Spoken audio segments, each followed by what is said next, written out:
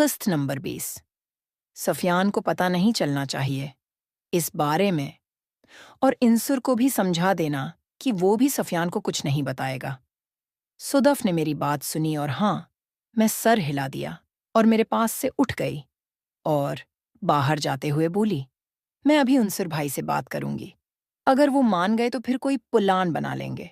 मैंने हाँ में सिर हिलाया तो सुदफ मुस्कुरा के मेरे रूम से निकल गई और मैं सोचने लगी कि आखिर किस तरह काशी से। अम्मी के आने के बाद हमारी कोई बात नहीं हुई।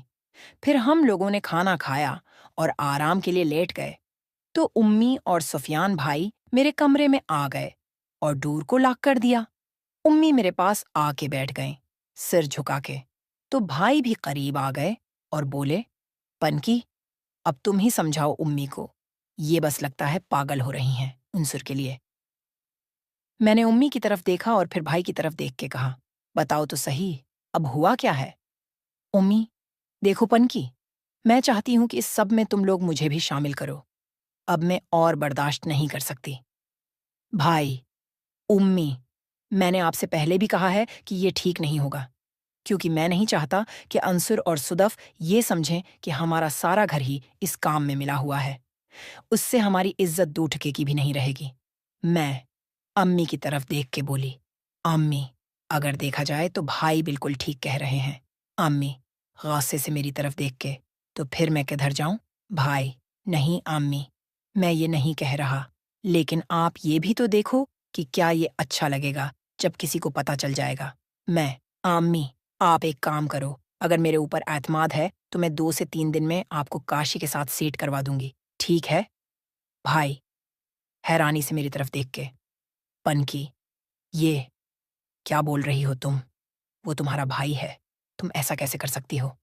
अम्मी, इसी तरह कर सकती है, जिस तरह अपने बड़े भाई के साथ कर सकती है, और तो अपनी बहन के साथ साथ माँ को भी कर सकता है। भाई, लेकिन अम्मी, आप ये भी तो सोचो कि अगर अबू को पता चल गया, सायरा को पता चला तो कितना बड़ा तूफान खड़ा हो जाएगा।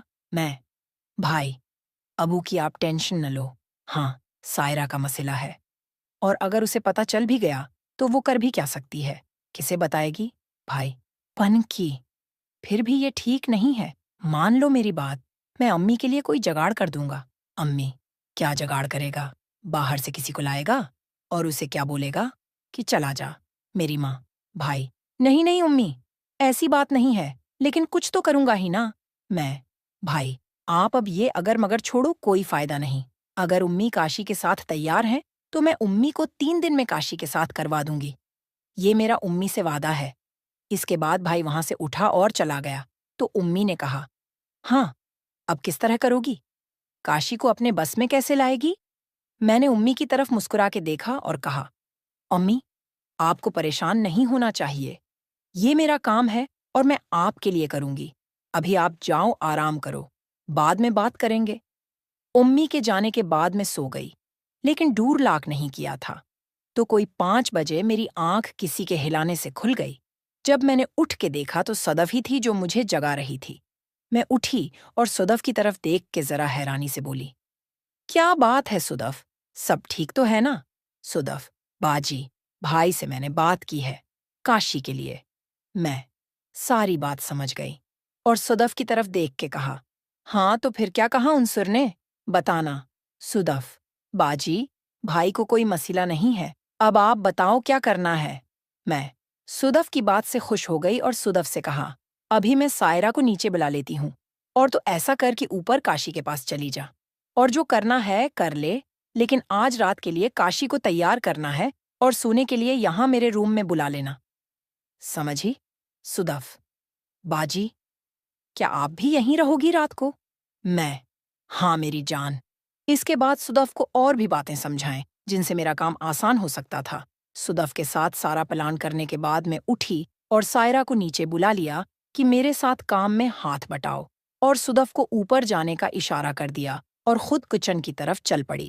किचन में आने के बाद मैंने उम्मी से कहा, आप जाओ, मैंने सायरा को बुला लिया है अपने साथ हाथ बटाने के लिए, और साथ ही आंख मार दी। तो उम्मी मेरा इशारा समझ गए और किचन से निकल गए। तभी सायरा भी किचन में आ गई और मैंने उसे अपने साथ खाना तैयार करने में लगा लिया। क्योंकि अगले दिन सायरा ने कॉलेज भी नहीं जाना था, संडे की वजह से। हम दोनों बहनों ने मिल के खाना बनाया और अबू के आने के बाद सब ने मिल के खाया। फिर हम दोनों ने मिल के बर्तन धुए।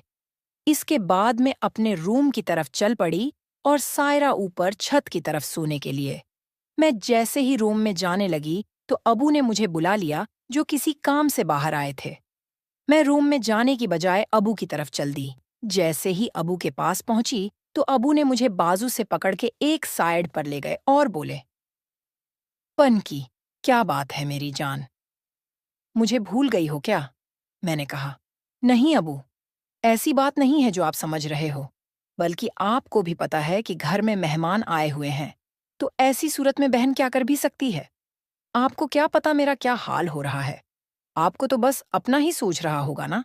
अबू, नहीं मेरी जान, बस तुम खुद सोचो, कब तक बर्दाश्त कर सकता हूँ मैं अपनी जान से दूर रहना? मैं, अच्छा अभी मुझे छोड़ो, कहीं कोई आ ना जाए, कल करती हूँ कुछ। अभी तो कुछ नहीं हो सकता। अबू ने बुरा सा मुन्ना बनाया और मेरा हाथ छोड़ दिया और बोले, पनकी, अगर कल कुछ ना हुआ तो मैं अन हरामजादों को घर से निकाल दूंगा, याद रखना। और पैर पटकते हुए अपने रूम की तरफ चल पड़े। मैं जैसे ही अपने रूम में दाखिल हुई तो देखा कि सुदफ ने मेरे बीड से गदा निकाल के जमीन पर बिछा दिया था और खुद काशी के साथ लग के लेटी हुई थी, मेरे लिए जगह छोड़ के। तो मैं भी जाके बच्ची हुई जगह पर लेट गई। लेटने से पहले लाइट बंद और डोर लॉक कर दिया था। अब रूम में हम तीनों जाग रहे थे, लेकिन सोने का नाटक कर रहे थे। कोई 25-30 मिनट गुजरे होंगे कि प्लान के मुताबिक सदफ ने मुझे हलाया और बोली, पनकी, पनकी, क्या आप मेरी बात सुन रही हो? मैं चुप लेटी रही और कुछ नहीं बोली। तो सदफ काशी की तरफ मुन्ना करके कुछ बातें करने लगी। फिर रूम में काशी की आवाज गूंजी, पनकी, पनकी बाजी, उठो ना बाजी, आपसे कुछ काम था। लेकिन मैं अब भी नहीं बोली और आंखें बंद किए लेटी रही। तो काशी ने सुदफ से कहा, लगता है बाजी सो गई हैं। सुदफ, यार, मैंने तो पहले ही कहा था कि सारा दिन घर का काम करने के बाद घोड़े बीच के सूती है। अगर कोई सूते में उसकी तो भी नहीं जागेगी, लेकिन तुम ही नहीं मान रहे थे। काशी, यार सुदफ, अगर बाजी उठ गई तो कसम से हम दोनों को। सोच ले, अब भी टाइम है। सदफ, यार, तो इतना डरता क्यों है पनकी से? कसम से अगर तो एक बार दिखा देना तो खुद ही तेरे लिए तैयार हो जाएगी। काशी, नहीं सदफ, बाजी ऐसी नहीं है, मैं जानता हूं बाजी को। सदफ, अरे भूले, किस दुनिया में रहते हो? आजकल लड़की बस काम देखती है, ये नहीं कि किसका है। काशी झल्ला गया और बोला, अच्छा चल छोड़ना यार, अब कुन बातों में लग गई हो। आजा, शुरू करते हैं। और इतना कहते ही सुदफ को अपनी तरफ खींच लिया। कुछ देर बाद काशी, सुदफ, लगता है तो पागल हो गई है। अगर तू ये चाहती है कि मैं यहां से चला जाऊं तो ठीक है। सुदफ, मेरी जान, मैंने जो गोली तुम्हें खुलाई है ना, इसके बाद जब तक तू जम के किसी से नहीं करता, तुम्हें सुकून नहीं मिलेगा। और यहाँ घर में 4 हैं, जिनमें से एक तेरी माँ है, 2 बहनें हैं, और रह गई एक तो वो मैं हूं। और अगर तू मुझे नहीं करेगा तो मैं भी तुझे पास आने नहीं दूंगी। ये बात अच्छी तरह सोच ले, काशी। लेकिन तू क्यों ऐसा चाहती है कि मैं पनकी के साथ ऐसी हरकत करूं? ये मेरी बड़ी बहन है। सदफ, अब आशिम जी, पनकी के साथ करो तो खराब हरकत है, और मेरे साथ करो तो। काशी, नहीं यार, बात ये नहीं है। ये सब तुम्हारा ही क्या धरा है ना, न तुम मेरे साथ वो सब करते और न मैं उस वक्त यहां होता। सदफ और काशी की बहस से मैं तंग आ गई, तो मैंने आहिस्ता से हाथ बढ़ा के सदफ को एक चटकी काट दी।